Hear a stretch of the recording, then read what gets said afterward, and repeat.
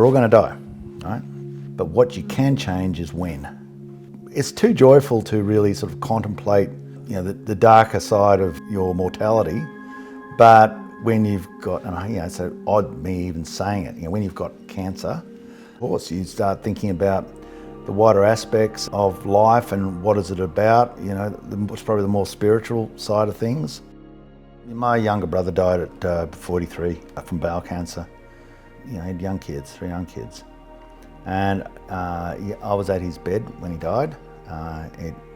You don't want that. He died of bowel cancer because he didn't get it diagnosed early enough. And if he had got it diagnosed earlier, he'd still be alive. At 43, you don't think you're going to get bowel cancer. And that's how I say to guys, there's two ways you can go about this. You can go about it the easy way or the hard way. The easy way is you just understand your fallibility and realise that your body has a whole range of things that are latently going on in the background. And as you get older, they start making their way to the foreground. The things you didn't have to worry about at 25, you better start worrying about them. And I'd say after 40. We heard about you having a cancer diagnosis. It was right after the election. Can you tell me what happened? Well, I'm okay. And I think that's really important to get out there, because if you get prostate cancer early, then the prognosis is generally or overwhelmingly good. I probably knew about it for maybe over months, and that was by reason of me getting a PSA test, which is a test that basically determines if you have a likelihood of cancer. But I was sort of lackadaisical about it because they didn't say, oh, well, it's disastrous. So I just hadn't bothered getting the second test. And then whilst I was on the road, my GP, Dr. Miriam Gutowski, rang, and I had her on speakerphone in the car, and she said, Barnaby, you haven't had your second PSA test. And I said, yeah, no, I'll get to it. And she said, no, you won't get to it, you'll do it. And so my staff member heard it because it was on speakerphone, and sort of remonstrated that I must immediately get a PSA. In fact, they organised it. They actually rang the office and said, get this clown into the doctor for a blood test, or the pathology for a blood test. I got my second blood test, and it was also elevated. So then I got referred to a specialist who asked that I get an MRI, and he said, no, I think you got something there in the MRI. So they do a biopsy, and after that came back and they said, no, you got cancer. So then it becomes a very quick conversation. What do you want to do? It took me about 10 seconds. I said, no, I just want my prostate out. And they took it out. And then the histology said that it was encapsulated within the prostate with margins, which is a good sign. It's not a 100% sign, but it's a very, very good sign. High probabilities, you're all right. One of my daughters in fifth year medicine, and she basically, Caroline, she went with me and sat through the consultations with the doctor, which was really good. And being a medico herself, she was able to relay that back to my other daughters as to exactly what's going on, and to be honest, relay it back to Nat as to what was going on.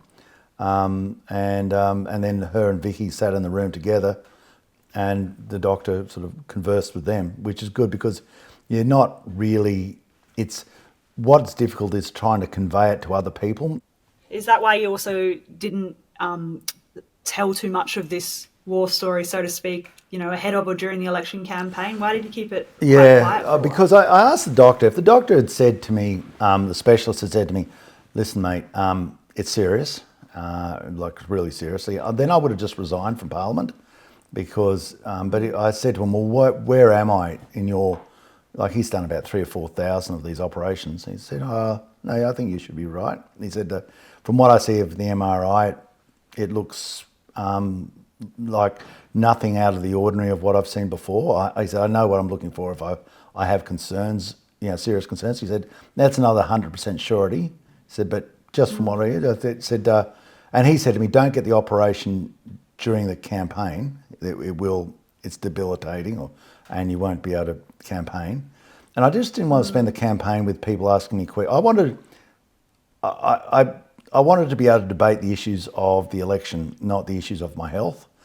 And so how is your health now? How are you eating? How are you drinking? Give us the Barnaby Joyce health regime. I don't drink that much anymore. I mean, you know, I might go to a wedding or something like that and have a few drinks, but rarely drink. I go months without a drink. I don't smoke anymore. That's another issue that's changed. And farm work keeps you fit. I really do enjoy getting out and doing physical work, whether it's your fencing or mustering or, you know, unloading a tractor as we did last night. But I have noted after the operation, to be quite frank, I'm not as strong and adroit as I was before. I can always rate myself against other guys who are working, and I know I can work harder than other guys, but I just noted last night when we were loading railway sleepers to try and get a tractor off, guys I usually got round were getting round me.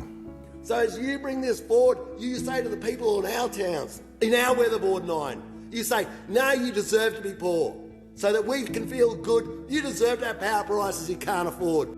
It's been a big month or so of politics and who's in and who's out of shadow cabinet. Has this changed how you feel about that sort of stuff? Look, I've been incredibly blessed in my political career. People watching this will be going, I don't want to hear a whoopee story about, you know, about your walking stick.